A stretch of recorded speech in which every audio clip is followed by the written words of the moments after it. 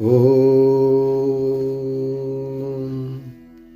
गुरुर्ब्रह्मा गुरुर्विष्णु गुरुर्देव महेश्वरः गुरुः साक्षात् परब्रह्म तस्मै श्री गुरवे नमः। गजाननं भूतगणादिसेवितं कपित्थजम्बूफलचारुभक्षणम् उमासुतं शोकविनाशकारकं नमामि विघ्नेश्वरपादपङ्कजम्। या देवी सर्वभूतेषु मातृरूपेण संस्थिता नमस्तस्यै नमस्तस्यै नमस्तस्यै नमो नमः। या देवी सर्वभूतेषु शक्तिरूपेण संस्थिता नमस्तस्यै नमस्तस्यै नमस्तस्यै नमो नमः। बोलिए साचे दरबार की जय। श्री गुरुदेव भगवान की जय। श्री राम जय जय राम। श्री राम जय जय राम। श्री राम जय जय राम। श्री राम जय जय राम। श्री राम जय जय राम। बोलो साचे दरबार की जय। पिछला एपिसोड में आपने सुना था किस प्रकार भगवान परशुराम जी को प्रायश्चित हुआ और वो संवर्तक मुनि से भेंट होने के बाद उनका आत्मज्ञान जागृत उठा और इसके बाद वो गुरु चरण कमल के दर्शन करने हेतु वो निकल पड़े थे। आज उसी कथा को आगे लेते हुए हम श्रवण करेंगे। परशुराम जी उत्तर दिशा की ओर मुंह करके शीघ्र ही गुरु दत्तात्रेय के आश्रम की ओर प्रस्थान करने के लिए कदम बढ़ाया। रास्ता में चलते हुए उनको अनेक लोक व्यवहार को लक्ष्य करते हुए चिंतन करते करते वो चलते जा रहे हैं। चलते समय वो सोचते रहे संसार के प्रभाव में गिरकर मैंने मुख्य विषय जो करना था वो विषय चिंतन नहीं किया और जो मुझे संसार में ढकलने वाले हैं वही चिंतन किया। संसार के प्रभाव में पतित व्यक्ति उसी का बशवर्ती की तरह उसके गतिक्रम को बिना जानते हुए वो आगे चलता है, जैसे एक अंधे का दूसरा अंधा अनुसरण करता हो। ये सभी लोग बिना जाने समझ किए गए कर्म को दोहराते रहते हैं तथा अग्रसर होने का भी फल भोगते हैं और इसका फल दूसरा ही अनाभिलषित जानते हैं। थोड़ा भी इसका संभाव्य फल देखकर इसे भाग्यकृत मानते हैं और उसे अन्य कर्म से उत्पन्न फल समझकर फल पाने की इच्छा से मोहित थोड़े फल के आभास से मुग्ध होकर विपत्ति में फंस जाते हैं। आपने देखा होगा, सुना होगा कि जैसे एक मांस के टुकड़े को खाने के चक्कर में मछलियां कांटे में फंस जाते हैं। कांटे को पहले मुंह में भरते हैं और मुंह में वो कांटा फंस जाता है। ठीक इसी की तरह थोड़ा सा सुख भोग करने के चक्कर में इस मोह, इस जो अंधकार रूपी संसार में वो दुख पाने के लिए व्यक्ति फंस जाते हैं। अरे भाई, कीड़े मकोड़े से लेकर चांडाल तक सभी सुख पाने के लिए ही तो हमेशा तत्पर रहते हैं। इन्हें जो सुख रसन स्वाद तथा मैथुन से मिलता है, वैसा ही सुख तो उन लोगों को भी मिल जाता है। हाँ? ये मनुष्य जीवन मिला है तो इस सुख पाने के लिए नहीं है। आप इस मनुष्य जीवन से आप आनंद प्राप्त करने की ओर जाओ। सुख तो आज है, वो कल चला जाएगा। सुख कभी दुख में परिणत हो जाए, ये कोई निश्चित समय नहीं है। जो आप अपना पुत्र मित्र कलत्र आदि देह के संबंध से संबंधी बनाते हो, ये अत्यंत विभत्स नष्टवान है, अत्यंत दुख देने वाला है। आपके पुत्र आपके सामने वियोग हो ही गया तो आपको दुख हुआ, तो वो दुख को आपने पहले ही अपना मान के रखा था। वहां यही देह में आत्मबुद्धि से सभी घूमते हैं और निंदित कर्म करते हैं। इस शरीर के प्रति ज्यादा लोभ, ज्यादा मोह नहीं करना है। पंडित या अति बुद्धिमान हो या महामूर्ख भी हो, देख लो, सदा इस शरीर को अपना मानकर, और ये जो दुर्गंध देने वाला, ये अति घृणित है, इसी को ही अपना मानकर और एक बहुत बड़ा आडंबर बनाते हैं। ये मेरे पत्नी, ये मेरे पुत्र, ये फलाने, ये ढिमका, और उसी के चक्कर में तैयारी करते करते करते पूरे जीवन नष्ट कर देते हैं। ये जो शरीर है, इस शरीर में पल भर में परिवर्तनमय होता रहता है। जैसे कि बुढ़ापा आया तो कष्ट मिला, रोग से आक्रांत हुए तो भी कष्ट मिला, और कहीं शरीर में घाव हो गया तो मवाद बाहर निकलकर बदबू फैलाती है।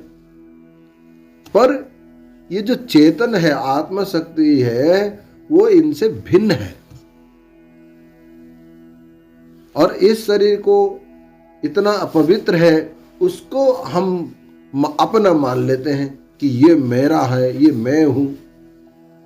आपका ये शरीर का आपका स्वरूप नहीं है। सूक्ष्म रूप से विचारणी है कि इस देह में आखिर सौंदर्य है क्या। ये जो आपके शरीर में मल है, मज्जा है, हड्डियां है, ये सारे मरण धर्मी है, ये नष्ट होने वाले हैं। आप देख भी रहे हो, आपके सामने कोई मर जाए तो एक दिन में सड़ने लग जाता है। और कितने भी सुंदर वान शरीर वाले आपने देखा भी है, कहीं कहीं फिल्म एक्टर भी आत्महत्या करते, आपको देखने का, अरे ये बहुत सुंदर था। फिर उस शरीर को आप देख लो, आप वो जो जिसको सुंदर मानते थे उसी को घृणा करके बैठ जाओगे। ये दिखता है सौंदर्य, लेकिन है नहीं। वो सौंदर्य कैसे दिखता है? हमारा मोह, हमारा लोभ इस शरीर के प्रति, इसलिए हमको सौंदर्य दिखता है। ऐसे नारियों के भी सौंदर्य आपको दिखता है। आपका जो शरीर के अंदर में काम उत्पन्न होता है तो नारी भी सौंदर्य दिखने लग जाते हैं। तो नारी वास्तविक सौंदर्य है नहीं। सिर्फ काम की दृष्टि से अगर देखोगे तो सौंदर्य दिखेगा, नहीं तो जैसे आप वैसे वो हो। जो आपके शरीर के जो चैतन्य शक्ति है वो उसके शरीर में की वही चैतन्य शक्ति है, कोई अंतर नहीं है। क्या ये सोच रहे हैं हम लोग? मैं क्या ये देख रहा हूं इस संसार में? ऐसे परशुराम जी विचार करते करते चलते जा रहे। वो कह रहे हैं आज्ञा बेताल अर्थात भूत प्रेत की तरह इधर इधर ये सभी लोग घूमते रहते हैं और कहीं स्थिर नहीं हो पाते। चक्रवात के तूफान के समय में रुई डाल दो, वो कैसे नाचता है। प्राय मंदबुद्धि लोग जीव और वासना सुख के प्रति अपना अनुरक्त होते हैं और अपने पास में मौजूद मृत्यु को भी नहीं देख पाते, और क्षण भर के समय मिला है उसको लंबी संपत्ति प्राप्ति करने के लिए और स्वार्थ सिद्ध करने के लिए दूसरे को हत्या भी कर देते हैं। काम और क्रोध से उनकी बुद्धि मारी जाती है। अपने सुख की सिद्धि के लिए हमेशा तैयार आदमी काम और क्रोध से मारा जाता है। क्षण भर के लिए भी कहीं निश्चित रूप से वो सुख नहीं पाता। आंतरिक ज्ञानहीन आशा रूपी धधकती आग की ज्वाला में जिस आदमी का आत्मा झुलस गई हो, उसे वैराग्य रूपी चंदन लेप करने से क्या सुख मिलेगा। मनुष्य की अपेक्षा पशु पक्षी तो बहुत बढ़िया है। वो अपना भूख मिटाने के लिए कुछ खा लेते हैं और शांत मन से सो जाते हैं, बेसंग्रह नहीं करते। और आपने देखा होगा पशु पक्षी कभी दूसरे का खाना हुआ वस्तु हड़पता नहीं है, क्योंकि उनको संग्रह करना नहीं है। और ये जो संतापकारी काम के वशवर्ती के मनुष्य, तो उनसे बहुत ही धिक्कार है। बहुत मनुष्य धन पाने के चक्कर में पता नहीं क्या क्या कर लेते हैं। भाई, धन ही तो है जो आपका दुख का मूल कारण है, और वो नित्य भयावह है। दुख से ही सांसारिक मनुष्य बहुकालिक तक शारीरिक कष्ट भोगते हैं। उनके तो धन प्राप्ति का कारण इतना ही बन जाता है जो अपने ही मित्रों को भी शत्रुता मान लेते हैं। और पुत्र पत्नी एवं प्रियजन ऐसे लोगों की कभी कभी उस धन की लोभ में भी मौत के घाट उतार देते हैं। तो फिर आत्म मृत्यु की तरह इस धन का सुख कैसा हुआ। फिर भी कुछ अज्ञानी व्यक्ति इसी को ही उचित कर्म मानकर यही काम करते रहते हैं। अगर थोड़ा सा इस कर्म को अलग हटा दिया जाए तो बहुत कुछ प्राप्त होता है, परंतु वो खजाना के अंत में खजाने की प्राप्त करने के लिए अंत में अपना समय नष्ट कर देते हैं। भाई, ये बताओ, आपने जो भी संचित किया है वो धन किस काम का? आपके साथ तो जाएगा नहीं। जो आप लेके नहीं जा सकते हो, और रख के क्या होगा ना, आपकी ही दोनों पुत्र में वाद विवाद होगा। एक दूसरे को उसी धन को प्राप्त करने के लिए यहां तक है कि एक दूसरे को मार डालने में कोई संकोच नहीं करते, जबकि वो धन जो है उनका नहीं है, फिर भी वो अपना मानते हैं। आप संचित करते हो तो वो संचित धन आपको लेके जाना नहीं है, वही आपका परिवार में आगे कलह पैदा कर देता है। और आपने जितने भी जोड़ा है इसको तो एक दिन छोड़ना ही है। संसार में आज जो भी जोड़ी है उनका वियोग होना निश्चित है, क्योंकि संयोग का अंत वियोग में होता है। संयोग का यही परिणाम होता है कि ऐसा अंत में बहुत ज्यादा सोचते रहते हैं। जब तक कि संयोग का फल आपको विपरीत होना ही है, तो फिर ऐसा संचित करने की आवश्यकता क्यों? हमेशा परिवार के नाम पर मरते हैं और अंत में अति दुखी होकर सोचते कि धन की संचय करने के लिए मैंने अपना सभी समय बर्बाद कर दिया।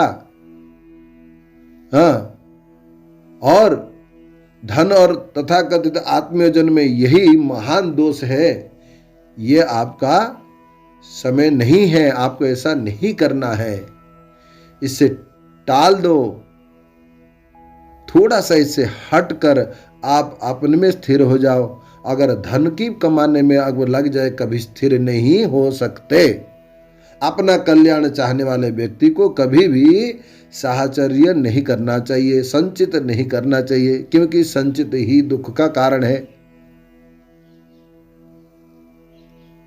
स्वर्ग से भी बढ़कर अपने कर्म से उत्पन्न जो कुछ धन, गृह एवं पत्नी प्रभृति है, उनकी कामना बुद्धिमान व्यक्ति नहीं करते, क्योंकि ये मौत की पकड़ में है तथा परम शोक देने वाला है। हर तरह शोक का निवारण करने वाले अभयप्रद को ही खोजना चाहिए। जहां आपका शोक ना हो, जहां आपका भय ना हो, उस उपाय को जानकारी ज्ञान करना चाहिए। अपनी आत्मा की हर और निर्भयता तथा आत्म कल्याण की शरण चाहते हुए रास्ते में परशुराम जी चलते चलते महेंद्र पर्वत को दर्शन किया। उस पहाड़ के अगले जो हिस्सा है उसमें एक चमकदार चोटियां, और उस चोटी के ऊपर बादल के दल विश्राम कर रहे हैं, ऐसा देखा।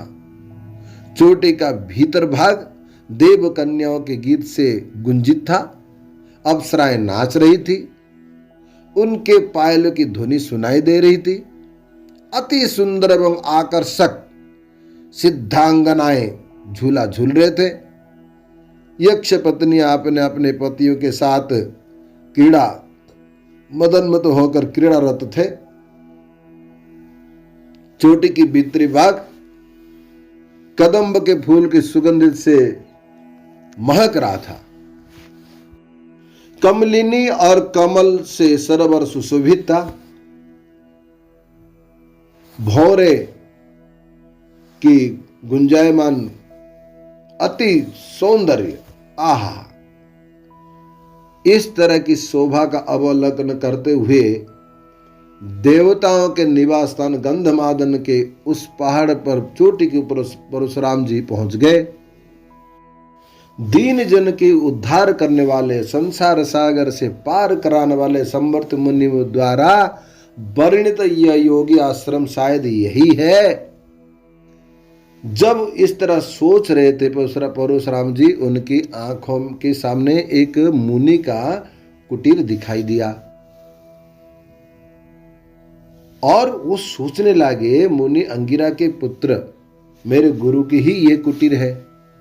निश्चय ही मुझ पर आज भाग्य प्रसन्न है। उस परम तत्व को प्राप्त करने वाले इच्छा पुरुष को भाग्य जब उदय होता है तो निश्चित रूप ही उस व्यक्ति के भाग्य उदय होने पर गुरुदेव जी के चरण कमल के दर्शन होते हैं। ऐसे परशुराम जी सोच रहे थे, आज मेरे भाग्य उदय हुआ है। संसार रूपी अग्नि कि ताप में अगर कोई वस्तु आपको शांति प्रदान कर सके, वो मात्र गुरुचरण के दर्शन ही है।